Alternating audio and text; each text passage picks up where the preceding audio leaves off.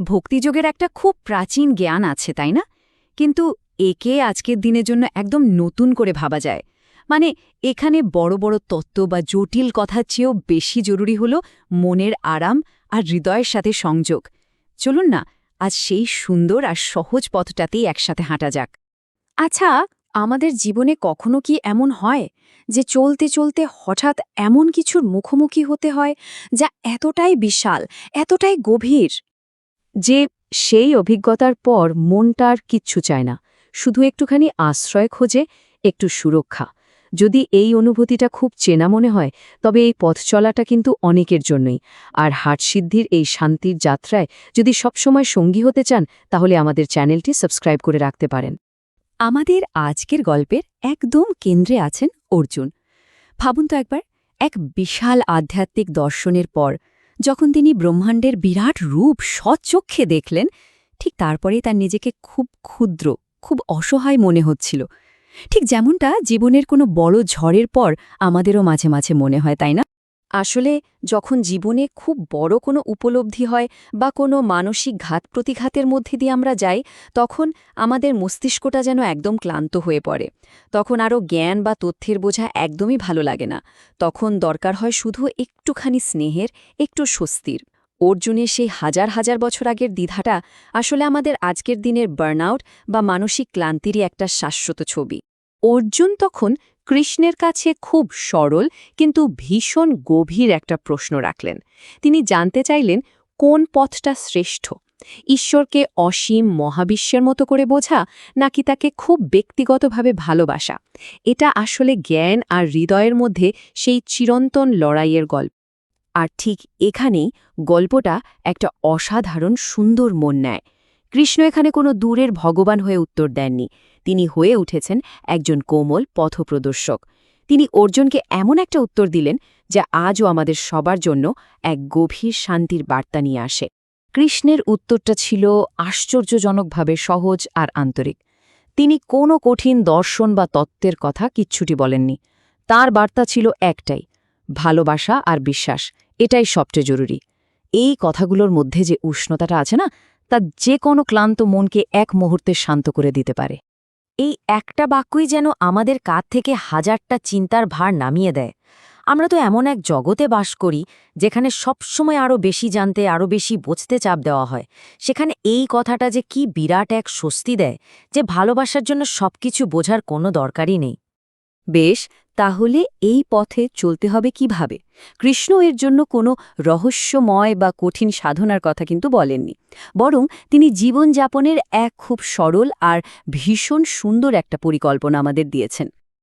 দেখুন, এই গুণগুলো কিন্তু কোনো অলৌকিক শক্তি নয়, এগুলো হলো আবেগগত বুদ্ধিমত্তা বা ইমোশনাল ইন্টেলিজেন্সেরই খুব সুন্দর লক্ষণ। কঠিন সময়ে শান্ত থাকা, সবার প্রতি একটু দয়া দেখানো, যা আছে তাতেই খুশি থাকা, এগুলোই তো সেই পথ যা আমাদের ভেতরে শান্তি নিয়ে আসে। আর এটাই হলো ভক্তির আসল পরিচয়। এটা শুধু মন্দিরে যাওয়া বা মন্ত্র জপ করা নয়। ভক্তি আসলে প্রকাশ পায় আমাদের প্রতিদিনের আচরণে। যখন খুব হতাশা আসে, তখন সেটা কিভাবে সামলানো হয়, যখন খুব রাগ হয়, তখন মুখ থেকে কি কথা বেরোয়। ভক্তি হলো আন্তরিকতা, মানে ভেতরের আমি আর বাইরের আমিটা যখন এক হয়ে যায়। এখন প্রশ্ন হল, এই হৃদয়ের পথটা কেন এত জরুরি? কারণ এই পথের উষ্ণতা ছাড়া আধ্যাত্মিক যাত্রাটা ঠিক যেন মরুভূমির মতো শুকনো আর কঠিন হয়ে যেতে পারে। তাই মানসিক শান্তির জন্য এই পথটা বেছে নেওয়াটা ভীষণভাবে দরকার। যদি শুধু জ্ঞান বা তথ্যের পেছনেই ছোটা হয়, তাহলে একটা সময় পর আধ্যাত্মিকতা একটা বিরাট বোঝা মনে হতে পারে। আত্ম-উন্নতির চেষ্টাগুলো খুব ক্লান্তিকর হয়ে ওঠে, আর আমাদের সম্পর্কগুলোতে ভালোবাসার চেয়েও লেনদেনটা অনেক বেশি বড় হয়ে দাঁড়ায়। কিন্তু যখনই হৃদয়ের পথটা বেছে নেওয়া হয়, তখন সবকিছু কেমন বদলে যেতে শুরু করে। মনটা নরম হয়, পুরো যাত্রাপথটায় আন্তরিকতা চলে আসে, আর আত্মা সে ধীরে ধীরে সেরে উঠতে শুরু করে। এটা ঠিক যেন কনকনে শীতের সকালে এক কাপ গরম চায়ের মতো আরামদায়ক। আজকের দিনে বার্নআউট বা মানসিক অবসাদ তো খুব পরিচিত একটা সমস্যা, তাই না? প্রতিনিয়ত নিজেকে প্রমাণ করার এক অন্তহীন দৌড় চলছে। ভক্তি এই দৌড় থেকে আমাদের মুক্তি দেয়। এর বার্তাটা খুব সহজ। সেরা হওয়ার কোনো দরকার নেই, শুধু আন্তরিক থাকলেই চলবে। বিশ্বাস করুন, এই বার্তাটা গভীরভাবে নিরাময় করতে পারে। তাহলে এই পথে চললে জীবনটা ঠিক কেমন হয়? এটা কোনো বড়াই করার মতো জীবন নয়, বরং এটা এক শান্ত, নির্মল আনন্দের জীবন। কৃষ্ণের যে কি সুন্দর বর্ণনা দিয়েছেন। কথাগুলো একটু ধীরে ধীরে মন দিয়ে অনুভব করা যাক। ভক্তির পথের মানুষ সকলের প্রিয় হয়। সে অন্যকে ভয় দেখায় না, আর অন্যের থেকে ভয় পায়ও না।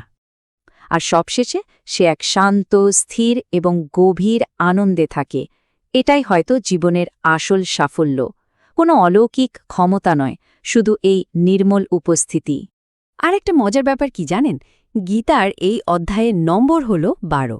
সংখ্যাতত্ত্ব অনুযায়ী 12 সংখ্যাটার মানে হল মানসিক পূর্ণতা এবং ঝড়ের পরে শান্ত অবস্থায় ফিরে আসা।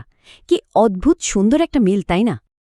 এই সুন্দর গল্প থেকে সবার জন্য ছোট্ট একটা উপহার। এই মন্ত্রটি হৃদয়ের শান্তির জন্য ব্যবহার করা যেতে পারে। আর এই 3টি সহজ শব্দ, ভালোবাসা, বিশ্বাস, প্রবাহ, এগুলো আত্মাকে পথ দেখানোর জন্য একটা সহজ পাথেয় হয়ে থাকতে পারে। এবার কিছু ভাবনার পালা। জ্ঞানের পথ বেশি জরুরি নাকি হৃদয়ের সংযোগ? কোন জিনিসটা আমাদের আধ্যাত্মিকভাবে সুরক্ষিত বোধ করায়?